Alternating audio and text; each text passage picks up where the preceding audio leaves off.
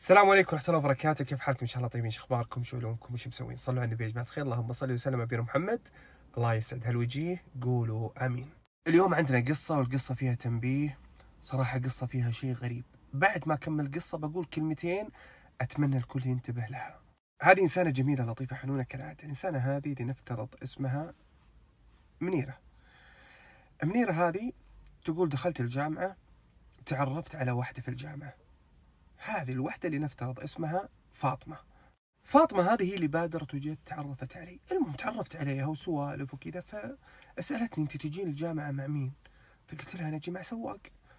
فكنت اتشك يعني انه السواق واحيانا يتاخر وكذا من هالكلام. فقالت لي اسمعي، اترك عنك السواق، انا يجيبني اخوي.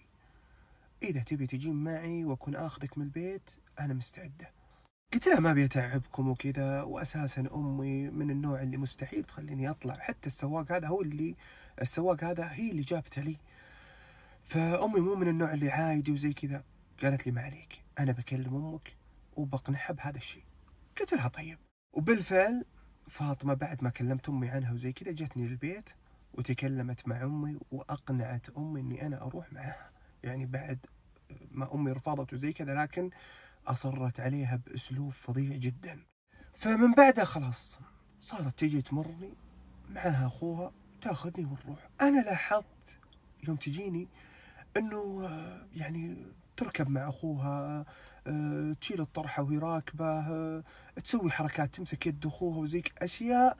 كنت في البدايه اتوقع انه اخوها فله، وانه يعني يدلعها، وانه قاعد يسوي الاشياء هذه، لدرجه اني تمنيت ان عندي اخو بالطريقة هذه. لدرجة انه الولد هذا ما ادري كيف جاله قبول، ما ادري كيف حبيت الشخص هذا من تعامله مع اخته. هذا غير الحركات اللي كانت تتعمد فيها فاطمة تسويها مع اخوها قدامي. فتمدحه دائما وتتكلم وتسألني ها وش رايك في اخوي وكذا، يعني تبيني اسولف. صرت الاحظ اشياء غريبة، اقول شلون مستحيل في اخو يعامل اخته بالطريقة هذه. يعني تخيل المحاضرات اللي ما تكون عندنا محاضرة ولا شيء، نطلع يمر اخوها ونطلع احنا وياه ونروح كافي، صرت اعطي هذه البنت واخوها ثقه على اساس انه اخوها. هذا اللي كان متوقع لي في البدايه. لكن مع الايام بدت هذه فاطمه تقول لي وش رايك اعرفك على اخوي، وصراحه اخوي من بعد ما شافك معجب فيك وكذا، وحنا نبي نزوجه. في يوم قالت لي الكلام هذا قلت والله شوفي، من ناحيه الاعجاب والله حتى انا معجبه فيه، لكن انت تعرفين امي، تحاولين تقنعينها زي ما اقنعتيها اني اروح معكم، فكلميها. وانا بالعكس ما عندي اي مشكله، بس اخاف ان امي تفهمك غلط. قالت لي اسمعي، قبل ما نكلم امك واخاف انها تفهم غلط وكذا، انه وش هالسرعه اللي على طول تكلمت عن زواج وكذا، اخاف انها بعدين تشك في شيء. وش رايك تتواصلين مع اخوي وتتعرفون على بعض وتاخذون وتعطون، وشوفي اذا يناسبك او لا. في البدايه رفضت، لكن اصرت علي اني اتواصل معه. بعدها رضيت بهذا الشيء وبديت اسولف معه، وصار يسولف معي وياخذ ويعطي، وتعرفت كثير عليه وكلام وكذا. المهم الين ما الولد هذا يعني صار على قولتهم صار في ميانه بيني انا وياه. صرت احيانا اذا جاي ياخذنا صار العكس، بدل ما تركب اخته قدام صرت اركب انا. صار اول كان يمسك يد اخته صار يمسك يدي. اخته مبسوطه وناظر فيها في البدايه وانا مستحيه وزي كذا. المهم مرت الايام واحنا على هذا الوضع، اطلع من المدرسه معاهم وارجع من المدرسه معاهم، وامي على اساس اني انا رايحه مع صديقتي واخوها. وطبعا ما جاء في بالي ابدا اي تفكير انه ممكن يصير لي ضرر من هذه البنت واخوها. ابدا ما جاء في بالي. عشان كذا اندفعت بشكل كبير لدرجه اني يعني وثقت فيهم. في يوم من الايام كلمتني فاطمه وقالت وش رايك نطلع استراحه ونغير جو زي كذا. فقلت لها مين؟ قالت اطلع انا وياك واخوي، واذا ما تبين اخوي بسلامته، نطلع انا وياك مسبح ومدري ايش ومن هالكلام. والله يا وليد كنت على نياتي. قلت لها طيب شلون بقنع امي؟ امي مستحيل، امي انت تشوفين كل شوي تدق على جوالي. قالت انا بقنعها. وبالفعل كلمت امي وحاولت فيها واقنعتها، وقالت البنات بيجتمعون وزي كذا وهي معي ولا تخافين ومدري ايش. امي على طول وافقت، وحاطة الثقة كلها في هذه صديقتي فاطمة. طلعت هذاك اليوم من البيت رغم أن أمي كانت ما هي مرتاحة، وكانت تقول يا بنت حصني نفسك وانتبهي على نفسك وردي على جوالك، لا تقفلي جوالك ولا لو ما تردين علي. كانت محرصة علي لدرجة ما بداني أطلع من الباب إلا تدق علي تبي تتأكد أنا مع صديقتي هذه ولا لا. المهم طلعت معاهم، ركبت السيارة هذا وفاطمة جنبه وأنا ورا. المهم مشينا وكان الوقت تقريبا الساعة يعني بعد المغرب على 7 أو 6:30 حاجة زي كذا. تقول حنا في الطريق، أنا على أساس الثقة كلها إنه إحنا طالعين الثلاثة بس خلاص رايحين للاستراحة وبنجلس وهذه هو أخوها ومستحيل إنه يصير لي شيء. فسبحان الله من كثر ما استودعت نفسي ومن كثر ما أمي تخاف علي وحرصها وتدق كل شوي، كانت تدعي لي قبل ما أطلع إن الله يحفظني وزي كذا. وحنا في الطريق يا وليد والله العظيم يعني سبحان الله كأن رب العالمين حط التفتيش هذا في الطريق، رغم انه الطريق هذا ما مستحيل يكون فيه تفتيش. فصار في تفتيش في الطريق هذا، حتى من بعيد كذا جاء ارتبك هذا اخو صديقتي، يعني اخته جنبه وهو ليش ترتبك؟ ارتبك كذا، فكلم اخته قال نطي ورا بسرعه. انا الحين ما ادري وش السالفه، ليش تنط ورا؟ فارتبكت كذا ونطت ورا على طول عندي. المهم نطت ورا، فقاعد اسولف معها قلت ليش تنطين؟ انت هذا مو باخوك، خايفه وكذا. قالت اسكتي اسكتي بس. المهم اول ما وقفونا كذا العسكري لمح النطه هذه اللي نطت فيها فاطمه الى ورا، على طول وقف. يوم وقف حتى العسكري اللي في المسار الثاني جاء عندنا وكانهم ناصينا احنا يبغوننا. فالعسكري يقول له صديقتي بعد ما طلب اثباته وزي كذا، قال مين اللي معك ذولي؟ فقال له هذول جيراننا وكذا وبوصلهم، انا هنا انتظر. كيف كذا؟ ليش ما قال هذه اخته وصديقة اخته وكذا؟ يعني اقل حاجة بيمشي الموضوع، ليش خايفين كذا ومتوترين؟ ليش جحد الموضوع؟ المهم واشوف صديقتي فاطمة ذي خايفة ويعني واضح عليها الخوف وترتبك المهم قال له وقف وقف على جنب. هو اللي جاي يوقف كذا، وعلى طول جاء العسكري، يعني ما أعطاه فرصة حتى إنه يوقف ولا يتكلم معنا ولا شيء. فنزل من السيارة وجاب اتجاهنا، نزلنا القزاز كذا، فبدأ يسولف معنا قال إثباتاتكم وين؟ أنا من الخوف ما عاد عرفت أتكلم، ما عاد عرفت وش أقول. فقام يقول إثباتاتكم أنتوا وش تقربون للسواق؟ فتكلمت اللي معي قالت حنا هذا جارنا ومدري إيش كذا. وين رايحين؟ صارت الإجابات خطأ لدرجة إنه أشر علي قال أنت ساكتة ليش؟ تكلمي. أنا هنا ما عاد عرفت أتكلم، يعني لدرجة إن العسكري قال تكلمي وش فيك أنت؟ ترى لو ما تكلمتوا الحين بحولكم على طول التوقيف. في يوم شفتها كذا على طول قمت أصيح. المواقف هذه ما عمرها صارت لي، الطلعات هذه أنا ما تعودت عليها. الصدمة اللي جتني من صديقتي هذه اللي تقول إن هذا أخوها والحين طلع مو بأخوك، مصدومة وشرطة ولو أهلي دروا إني أكذب عليهم وكذا خلاص يعني جاني خوف غير طبيعي. لا شعوريا يا وليد قمت أصيح، أفكر الحين بأهلي، أفكر بنفسي، أفكر شرطة وما شرطة ومدري إيش. فقمت أصيح كذا وأسمع هذا معاه جهاز كذا زي اللي يبلغ وكذا، فقلت له تكفى أهلي لا تكلمهم، تكفى الله يرحم والديك استر علي ومدري إيش. انهبل العسكري لأنه مع أنه ما صار شيء، بس خفت أنا يصير شيء، قلت يمكن يخليني أمشي. المهم قال لي انزل. نزلت من السيارة وداني كذا من ورا، قال لي وش فيك انت، فيك شيء؟ قلت له والله انا ما فيني شيء، بس انا ركبت مع صديقتي على اساس ان هذا اخوها. قال وين رايحين؟ قلت والله ان قالوا لي رايحين استراحة انا وصديقتي وما ادري ايش، بس هي قالت لي ان هذا اخوها والحين مو اخوه. قال كيف؟ المهم اني كبيت العشاء كله. عرف العسكري الحين ان الموضوع فيه شيء. فالعسكري على طول انهبل، قال لي طيب وينزل فاطمة. يوم جت فاطمة عندي خلاص الحين العسكر كلهم عندنا مجتمعين عندنا، فجاي يناديها وهي خايفة. قال لها أنت قايلة لصديقتك إن هذا أخوك؟ ارتبكت وقالت لا ما قلت له كذا. قلت لها إلا كذابة، أنت قايلة إنه أخوك. فمن الخوف وزي كذا قلت عندي محادثات أنا وياه، هذه تدرس معي في الجامعة وأعطيتهم الكلام كله. قال عسكري طيب. المهم وياخذون هذا اللي على أساس إنه أخوها، تكلم مع العسكري وزي كذا واعترف إن هذه ما هي أخته. يعني قال إنه يعرفها من زمان المهم حولونا على القسم.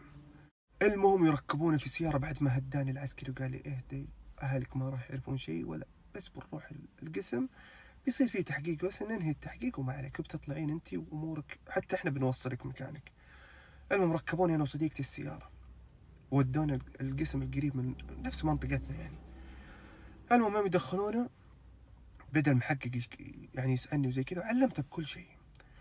بعد ما حقق معاهم وزي كذا وعرف إنه إحنا رايحين استراحة، فقال المحقق تعرفي إنه هذه صديقتك على علاقة مع هذا الشخص، وصديقتك هذه أخذتك أنت نفس ما أخذت اللي قبلك تطلعهم لهذا الولد، هذا لا يقرب لها ولا شيء، بس هذا يعطيها فلوس وتجيب لها هالبنات اللي معاها في الجامعة ولا صديقاتها ولا حتى اللي يقربون لها. والشخص هذا اللي تقول لك إنه أخوه، هذا توه طالع من السجن وعنده سابقة بقضية أخلاقية، وأتوقع أن رب العالمين رحمك بالتفتيش هذا اللي وقفوكم ولا كان بيودوك الاستراحة وكان بيصير شيء ما هو بطيب لك. بعد الكلام هذا كله طلعوا صديقتي بعد ما تكلم عليها العسكري وسب فيها واعترفت طبعا بكل شيء. تخيلوا طلعت مطلقة واعترفت انها كانت ناوية توديني مع هذا الشخص الى الاستراحة عشان ياخذ هذاك الشيء مني. اوهمتني بزواج وزي كذا وانه بيتزوجني وكلام كثير، وكانت ناوية الشر لي. بس سبحان الله رب العالمين أراد لي الخير لأني على نياتي، والطريق هذا والله ما هو طريقي، وهي اللي قدرت تلعب علي بالطريقة هذه وبالأشياء اللي تسويها. وأكيد أنها سبق يعني وسوتها مع بنات كثير، لكن الحمد لله رب العالمين إن ما صار لي شيء، ورب العالمين رحمني وما زال ساترني. ورحمني رب العالمين بدعوات أمي اللي دائما تدعي لي ودائما تخاف علي، وعرفت خوفها وحرصها واتصالاتها الدائمة هذه اللي كانت حاسة إنه في شيء بيصير لي. عرفت الحين إنه قلب أمي كان حاس إنه صديقتي هذه ما هي كويسة. قطعت علاقتي مع فاطمة ورجعت وما علمت أمي باللي صار، لكني قلت لها إني أبغى السواق يرجع لأنه صديقتي صارت لها ظروف وتركت الجامعة وكذا، يعني ما عاد عرفت شو أقول. فأنا قلت سالفتي عشان البنات ينتبهون ويحذرون، مهما كان صديقتك أي أحد حولك لازم تاخذين الحذر. صدقيني بعضهم يستغلونك باسم إنها صديقتك، توهمك بأشياء، توهمك بأي حاجة. مجرد ما تعرف الحاجة اللي أنت تفتقدين لها أو تعرف الحاجة اللي ناقصتك راح تجي من هذا الطريق تمسكك من يدك اللي توجعك، راح تبدأ تزين لك أشياء كثير. اطلعي كلمي روحي شوفي الناس شوفي العالم، ليش انت كذا، ليش انت نفسية انتبه من هذا الكلام، لأن هذول عندهم نقص، ونقصهم هذا يكملونه بالأشياء الوسخة هذه. واعرف إن خوف أمك وسؤالها عنك واتصالاتها لك الدائمة هذه والمتكررة، صدقيني هذه كلها ادعي واحمدي ربك ليل نهار إنه في أحد وراك يسألك ويحبك بالطريقة هذه من دون مصلحة، وإنه هذا الشيء لمصلحتك أنت.